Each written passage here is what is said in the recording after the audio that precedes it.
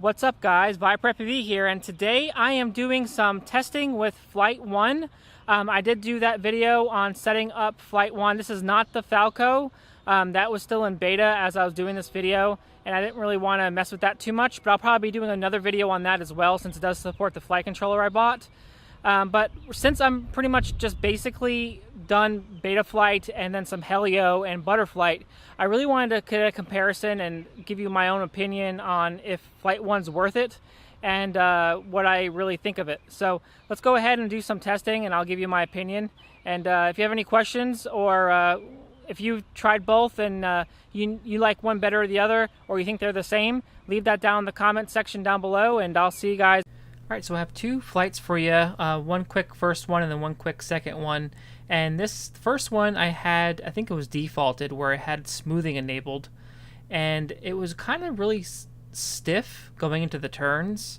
I did feel like I had a lot of control flying it. It definitely did not feel like I was flying beta flight, that was for sure. You do kind of see how I have some difficulty trying to kind of get used to how it's flying. It just doesn't want to turn very much. And the second one here, I disabled that, and much better. It feels more like kind of like beta flight, but it definitely has some crispness to it. It's really hard to explain. It's very crisp.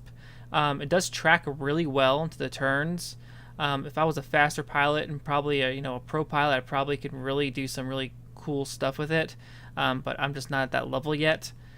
I just pretty much just do freestyle, and then I do love to do racing as well. I really am enjoying racing a lot more than doing freestyle. I just like going fast and going through a track and seeing how fast I can do it. But otherwise, I'm really kind of enjoying how Flightone is feeling. It feels really, really smooth. Didn't really notice any jitters, and this is all running on the default settings. I'm not messing with any filtering or any PIDs or anything like that yet. So I'm definitely interested to see what the Falco will do. So now, since I have a baseline of what Flightone did have, and I know what beta flight feels like, now I know exactly what I'm going into when I try to fly Falco. But I was really kind of digging how this thing was flying around the track. Well, I wouldn't say I'm going to switch my entire fleet over to Flightone, but I really wanted to kind of get a perspective of how Flightone felt and why a lot of the type pilots do fly Flightone. So this is really going to kind of help me in the end, I think, and it's going to kind of help you guys do a comparison to how it feels, because I bet you a lot of people haven't flown it, or maybe you have.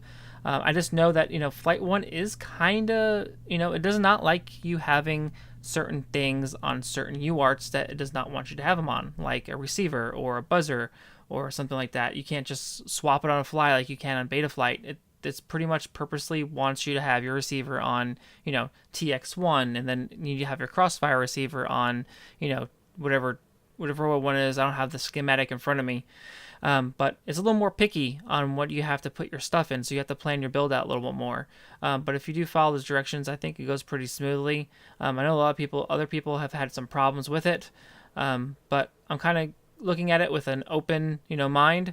So I really kind of am enjoying it. So I'm kind of excited to see what the future will bring regarding me flying. But I just crashed out there, and I pretty much will end the video there. So I'll see you guys in another video, and I'll see you guys later. Peace.